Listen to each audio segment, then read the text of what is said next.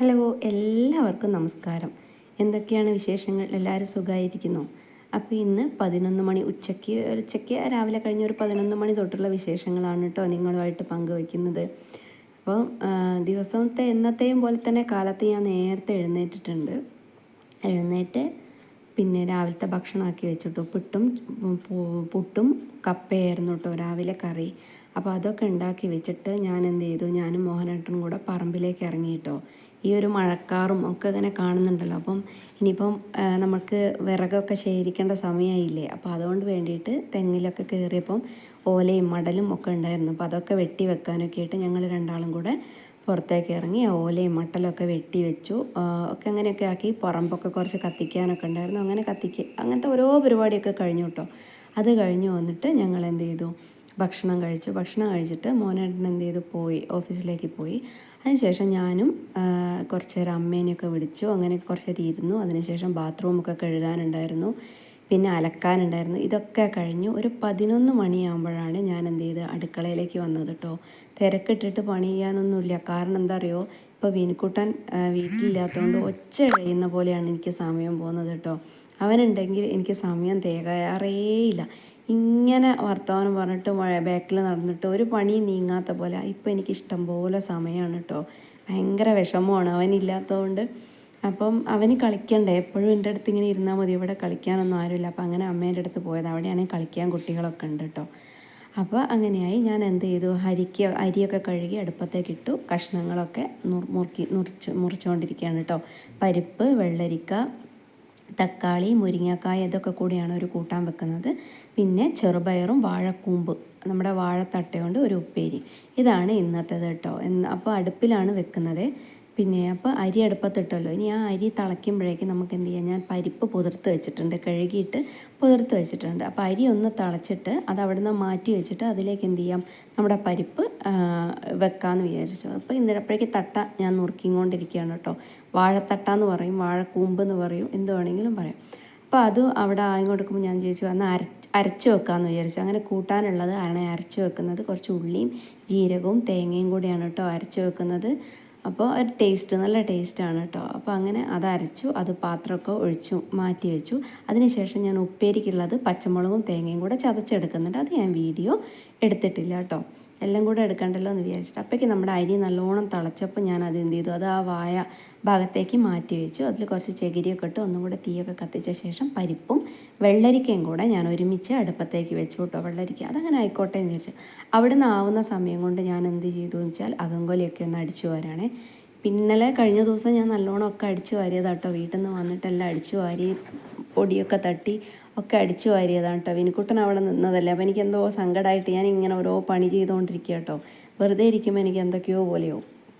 അത് കഴിഞ്ഞിട്ട് അവിടെയൊക്കെ അടിച്ചു വാരി. പിന്നെ എനിക്ക് കുറച്ച് അയൺ ചെയ്യാനുണ്ട്. അപ്പോൾ അതിന് വേണ്ടിയിട്ട് ആ മേശയൊക്കെ ഇങ്ങോട്ട് നമ്മളെ പ്ലഗിൻ്റെ അടുത്തേക്ക് നീക്കിയിട്ടതാണ് കേട്ടോ. ആകെ ഈ ഒരു മേശ കൊണ്ട് ആകെപ്പാടെ ഉപയോഗങ്ങൾ ഇതൊക്കെ തന്നെ. അയൺ ചെയ്യുക, അരി കഴുകിയിട്ട് ഉണക്കാനിടുക, ഇതൊക്കെയാണ് ഈ ഒരു മേശ കൊണ്ട് ഗുണം എന്ന് ഞാൻ അന്ന് പറഞ്ഞിട്ടുണ്ടായിരുന്നല്ലോ. പിന്നെ ഞാൻ എന്ത് ചെയ്തു, അടിച്ചൊക്കെ വാരി കഴിഞ്ഞ് വന്നിട്ട് ഉപ്പേരിക്കുള്ള ചെറുപയർ ഒറ്റ വിസിൽ വരാൻ വേണ്ടി കുക്കറിലേക്ക് ഇട്ടു കേട്ടോ. അപ്പോൾ അതിനുശേഷം കുറച്ച് വെള്ളം കുടിക്കുന്നത് നല്ല ദാഹമാണ്, എത്ര വെള്ളം കുടിച്ചാലും മതിയാവില്ല. അപ്പോൾ പിന്നെ അപ്പോഴേക്കും ഞാൻ എന്ത് ചെയ്തു, അതിന് ശേഷം അത് കുക്കർ അടുപ്പത്ത് വെച്ച് അത് വരുന്നവരെ ഞാൻ വെള്ളമൊക്കെ എടുത്ത് ഉണ്ടാക്കിയെന്നുണ്ട് കേട്ടോ. അതൊന്നും കാണിച്ചില്ല. അതിന് ശേഷം ഞാൻ വന്ന് ഉപ്പേരി വെക്കണം കേട്ടോ. കടുകും മുളകും കരിവേപ്പിലയൊക്കെ ഒന്ന് പൊട്ടിച്ച് അതിലേക്ക് നമ്മുടെ വാഴക്കൂമ്പിട്ട് പിന്നെ ചെറുപയറും ഒറ്റ വിസിൽ വന്നിട്ടുള്ളൂ കേട്ടോ. ആ വിസിൽ വന്ന ചെറുപയറും കൂടെ അതിലേക്ക് ഇട്ടിട്ട് കുറച്ച് നേരം അടച്ചു വെക്കും കേട്ടോ. ഒന്നെല്ലാം കൂടി ആ കുറച്ച് വെള്ളം ഉണ്ടാവുമല്ലോ, അതൊക്കെ ഒന്ന് വലിയുന്നത് വരെ. അതിലേക്ക് പിന്നെ ഞാൻ അരപ്പും കൂടെ ചേർക്കും കേട്ടോ. അങ്ങനെ ആകുമ്പോഴേക്ക് വേഗം ഉപ്പേരി ആവുമല്ലോ. അപ്പോൾ എല്ലാം കൂടെ അടുപ്പിൽ ആവേണ്ട വെച്ചിട്ടാ, കൂട്ടാൻ അടുപ്പത്തുനിന്ന് അങ്ങനെ ആവുന്നുണ്ടല്ലോ. അപ്പോഴേക്കും നമ്മുടെ ഉപ്പേരി ഞാൻ തേങ്ങ പച്ചമുളക് കൂട്ടോ, ഉള്ളി ചേർത്തിട്ടില്ല, തേങ്ങയും പച്ചമുളകും കൂടെ ചതച്ചത് അതിലേക്ക് ചേർത്ത് ഉപ്പേരി ആയിട്ടോ. അതിനുശേഷം ഞാൻ എന്ത് ചെയ്തു, നമ്മുടെ മിക്സിയുടെ ജാർ അപ്പം തന്നെ കഴുകി അവിടെ വെച്ച്. അപ്പോഴേക്കും എന്തായിട്ടുണ്ട്, നമ്മുടെ പരിപ്പൊക്കെ നല്ലോണം വെന്തു. പരിപ്പും വെള്ളരിക്കയും വെന്തപ്പോൾ ഞാൻ എന്ത് ചെയ്തു, അതിലേക്ക് നമ്മുടെ മുരിങ്ങക്കോലും തക്കാളിയും ഒക്കെ ഇട്ടു. അതിലേക്ക് മുളക് പൊടിയും ഉപ്പും മഞ്ഞൾപ്പൊടി ആദ്യം ഇട്ടിട്ടുണ്ടായിരുന്നു കേട്ടോ, അതൊക്കെ ഇട്ടു. അപ്പോൾ അരി ഏകദേശം ഒന്ന് വെന്ത് വന്നിട്ടുണ്ട് കേട്ടോ. അത് കഴിഞ്ഞിട്ട് ഞാൻ അതും ഒന്ന് വേവുന്ന സമയം കൊണ്ട് തുടയ്ക്കാൻ വന്നു കേട്ടോ. അപ്പോൾ എല്ലാം ഒന്ന് തുടച്ചൊക്കെ തുടച്ച് കഴിയുമ്പോഴേക്ക് മുരിങ്ങക്കായും തക്കാളിയൊക്കെ വേഗം വേവുമല്ലോ. അപ്പോഴേക്ക് എന്തായി, ഞാൻ തുടച്ച് കഴിഞ്ഞപ്പോഴേക്ക് അതെല്ലാം വെന്ത ശേഷം ഞാൻ എന്ത് ചെയ്തു, അതിലേക്ക് അരപ്പ് നേരത്തെ അരച്ച് വെച്ചിട്ടുണ്ടല്ലോ തേങ്ങയൊക്കെ, അപ്പോൾ അത് കലക്കിയിട്ടോ. നല്ല ടേസ്റ്റാണ് കേട്ടോ. ഈ അടുപ്പിൽ ഭക്ഷണം ഉണ്ടാക്കി കഴിഞ്ഞാൽ അത് മൺചട്ടിയും കൂടി ആകുമ്പോൾ നല്ല ടേസ്റ്റാണ്. കാരണം അങ്ങനെ വേവല്ലേ. നമ്മൾ കുക്കറിൽ ഉണ്ടാക്കുന്നതിനെക്കാട്ടും ടേസ്റ്റ് എന്തായാലും എങ്ങനെയാവും. ഞങ്ങൾ പണ്ട് കൽച്ചട്ടിയാണ്, ഈ മൺചട്ടി ഉപയോഗിക്കല്ലായിരുന്നു. കൽച്ചട്ടിയാണ് കൂടുതൽ ഉപയോഗിച്ചുകൊണ്ടിരുന്നത്. മൺചട്ടി ഇപ്പോഴാണ് കേട്ടോ ഞാൻ ഉപയോഗിക്കുന്നത്. അങ്ങനെ അതൊക്കെ വാങ്ങി വെച്ചു. അതിലേക്ക് ചുക്കുവെള്ളം ഞാൻ കൊണ്ടുവച്ചിട്ടുണ്ടായിരുന്നു. ആ ചുക്കുവെള്ളം അടുപ്പത്തേക്ക് വെച്ചു. അരി വാർത്തു കേട്ടോ. അരിയും അപ്പോഴേക്ക് വാർത്തു. അപ്പോൾ അതവിടെ കഴിഞ്ഞു കേട്ടോ. ഇനിയിപ്പം എനിക്ക് കുറച്ച് തുണി മടക്കാനുണ്ടായിരുന്നു. കുറച്ച് ഉണങ്ങാത്തുണ്ടായിരുന്നു. എന്നാലേ ഞാൻ പറഞ്ഞില്ലേ, വീട്ടിൽ പോയി വന്നിട്ട് കുറച്ച് ഉച്ചയ്ക്ക് ശേഷം തിരുമ്പിയതൊക്കെ ഉണ്ട്. അപ്പോൾ അതൊക്കെ ഇപ്പോൾ രാവിലെയൊക്കെയാണ് ഉണങ്ങി വന്നത്. അപ്പോൾ അതെല്ലാം എടുത്ത് കൊണ്ടുവന്നിട്ട് അതെല്ലാം മടക്കി വെക്കുകയാണേ. മടക്കി വെക്കാനുള്ളത് ഇസ്തിരി ഇടാനുള്ളതാണ് കേട്ടോ ഞാനൊരു സൈഡിലേക്ക് മാറ്റി വെക്കുന്നത്. അല്ലാത്തതെല്ലാം ഞാൻ എന്ത് ചെയ്യുന്നുണ്ട്, മടക്കി വെക്കുന്നുണ്ട് കേട്ടോ. അപ്പം ഇസ്തിരി ഇടാനുണ്ട് ഇന്നുണ്ടല്ലോ, എന്തായാലും എല്ലാം കൂടെ ഒരുമിച്ച് ചെയ്യാം. ഇനിയിപ്പോൾ ഇന്ന് കുറച്ച് അലക്കിയിട്ട മോനേട്ടൻ്റെ ഷർട്ടും ഇതൊക്കെ ഉണ്ട്, അതും കൂടെ ഉണങ്ങി വന്നാൽ എല്ലാം കൂടെ ഇസ്തിരി ഇടാമെന്ന് വിചാരിച്ചു. അപ്പോൾ ഇത് നല്ലൊരു ഡ്രസ്സായിരുന്നു കേട്ടോ. അപ്പോൾ അവൻ എന്ത് ചെയ്തു വെച്ചാൽ അത് വാഴേൻ്റെത് വെട്ടിയിട്ട് അതിൽ കറിയാക്കി. ഇനി അതിപ്പോൾ നിത്യം വീട്ടിൽ നിന്ന് ഇടാൻ എടുത്തോട്ടെ എന്ന് വിചാരിച്ചു. അത് കഴിഞ്ഞിട്ട് ഞാൻ എന്ത് ചെയ്തു, ആ മടക്കലൊക്കെ കഴിഞ്ഞിട്ട് ഇസ്തിരി ഇടാണ്. അപ്പോൾ വീൻകുട്ടൻ്റെ യൂണിഫോമാണ്. അപ്പോൾ ഞാൻ കുറച്ച് ദിവസത്തിന് ശേഷം ഇപ്പോഴാണ് അയൺ ചെയ്യുന്നത്. അപ്പോൾ ഇതൊക്കെ മടക്കി എടുത്ത് വെക്കുക. ഇനി അടുത്ത വർഷത്തേക്ക് ഒക്കെ നല്ലോണം ഞാൻ ചൂടുവെള്ളമൊക്കെ ഇട്ട് തിരുമ്പിയൊക്കെ വൃത്തിയാക്കി അതിലത്തെ ചളിയൊക്കെ കളഞ്ഞ് നല്ലോണം വെച്ചതാണ്.